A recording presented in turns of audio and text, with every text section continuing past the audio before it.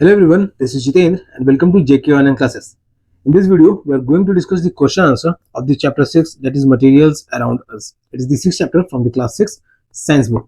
तो जो भी बच्चे क्लास 6 के हैं वो वीडियो के अंदर जरूर बने रहना बच्चों, क्योंकि इसमें जितने भी एनसीईआरटी के इंपॉर्टेंट क्वेश्चंस हैं, जो भी क्वेश्चन आंसर्स है उसको डिस्कस किया गया है। और अगर तुम इसे जीके के पर्पज से भी देख रहे हो तभी वीडियो के अंदर जरूर बने रहना, क्योंकि नया चीज जरूर सीखने को मिलेगा। ओके बच्चों, तो आगे बढ़ने से पहले जिनको आता है उनकी रिवीजन और जिनको नहीं आता उनके लिए शुरुआत।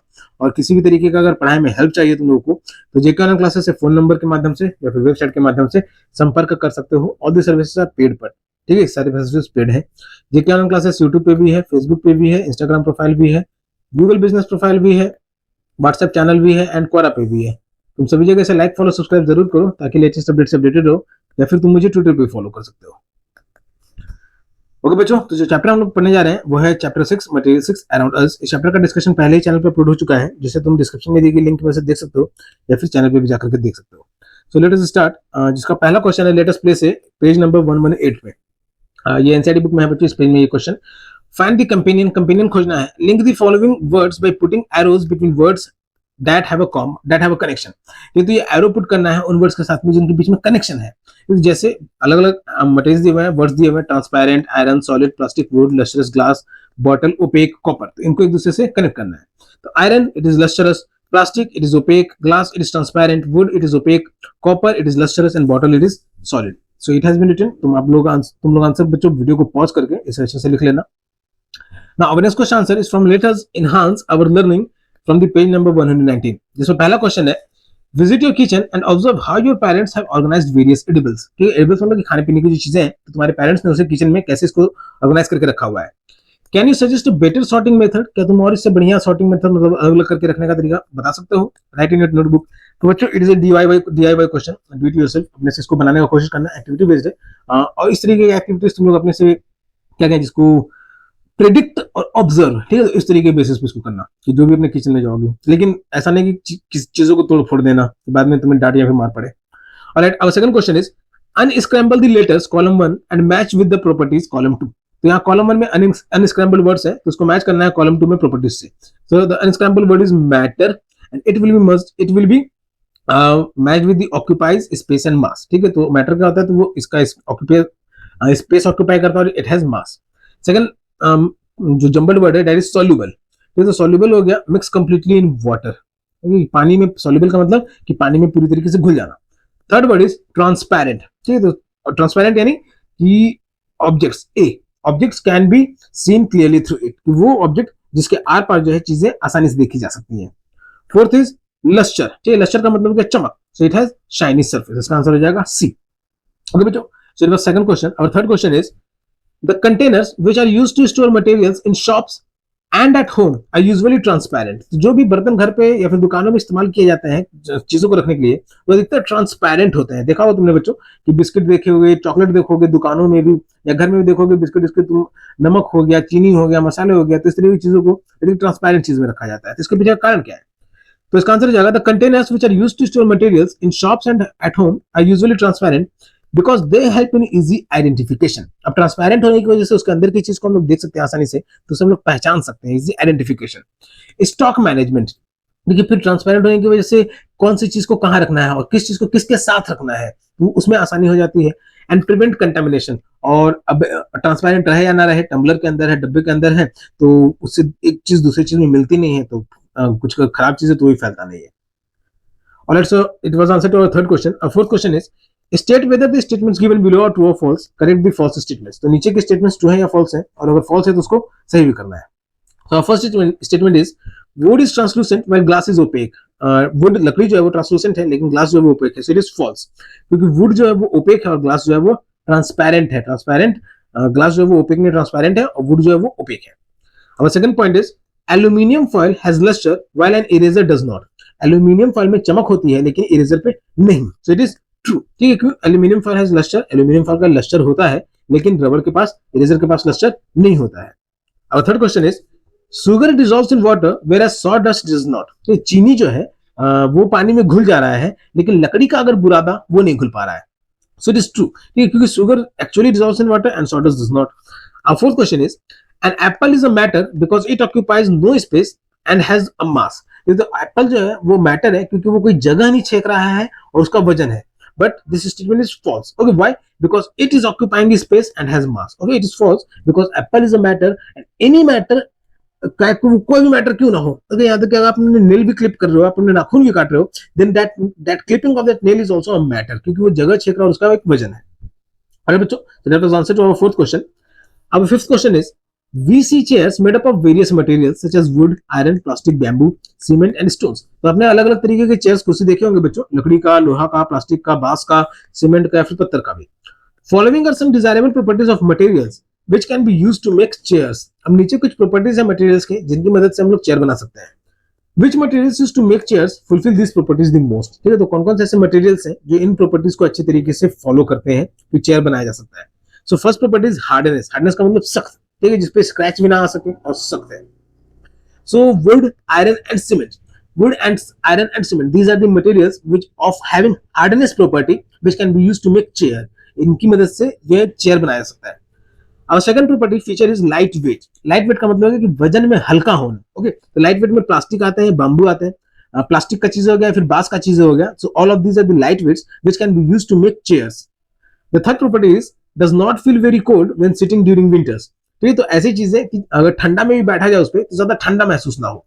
तो ऐसी चीजें हो गई बैम्बू एंड वुड, ठीक है, लोहा या फिर स्टोन, इस तरह की चीजें वो जो ठंडा रहेंगी. लेकिन वुड और बैम्बू जैसी चीजें है वो ठंडा में भी गर्म, मतलब उतना ठंडा नहीं फील होता है. Next property is can be clean regularly and made to look new even after long use. ठीक है, उसको हर अंतराल एक समय पे बस साफ किया जा सके और लंबे समय तक इस्तेमाल भी किया जा सके उसको. So it is easy to clean plastic and iron. Plastic और आयरन जैसी चीज है उसको आसानी से साफ किया जा सकता है और लंबे समय तक इस्तेमाल भी किया जा सकता है. Alright बच्चों, so this is answer to our fifth question. Our sixth question is, you need to have a containers or collection of, for collection of, तुम्हारे पास एक कंटेनर होना चाहिए इन सब चीजों को कलेक्ट करने के लिए. कौन कौन सी चीजों? तो food waste, broken glass and waste paper. ठीक है, चाहे वो बच्चे कुछ खाने हो, शीशे के टुकड़ा हो या फिर वेस्ट पेपर हो, मतलब काम का जो कागज नहीं है. Which materials will you choose for containers of these types of waste? तो किस मटेरियल को तुम इस्तेमाल करोगे इस तरीके के वेस्ट को रखने के लिए, उसका कंटेनर बनाने के लिए. What properties of materials do you need to think of? ठीक है, तो और उस मटेरियल में क्या प्रॉपर्टी होना चाहिए कि हम लोग इन वेस्ट को उसमें हैंडल कर सके. So first food waste. Food waste के लिए हम लोग जो भी कंटेनर बनाएंगे तो उसके लिए प्लास्टिक यूज कर सकते हैं, फिर मेटल यूज कर सकते हैं. क्यों?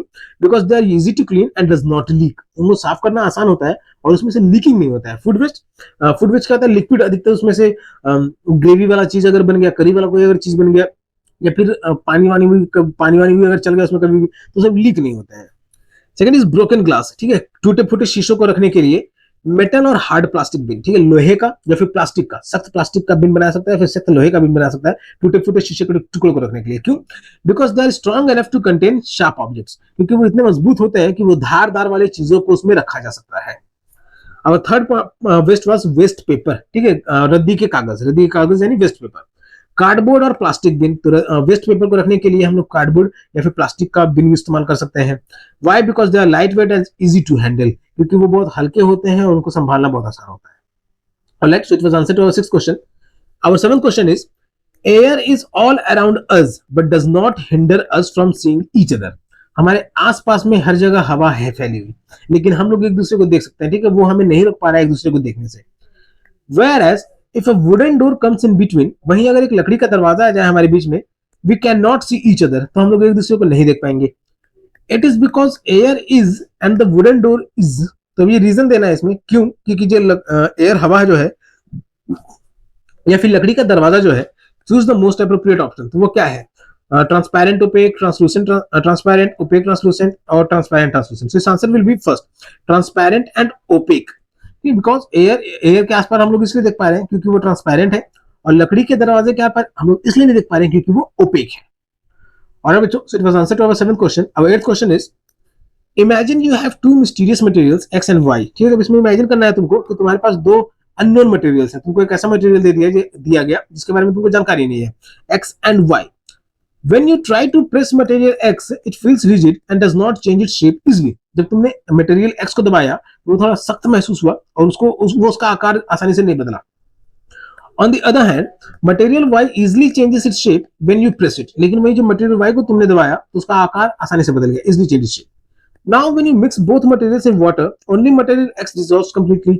लेकिन जब तुमने दोनों मटेरियल को पानी में घोला, ठीक है, mix both materials in water, यानी दोनों मटेरियल को जब पानी में मिलाया तो मटेरियल एक्स जो है वो आसानी से घुल गया। ये ध्यान रखना बच्चों, मटेरियल एक्स के लिए कहा जा रहा है कि इट इज रिजिड, वो सख्त है और उसका आकार जो है आसानी से नहीं बदला, लेकिन पानी में घुल गया।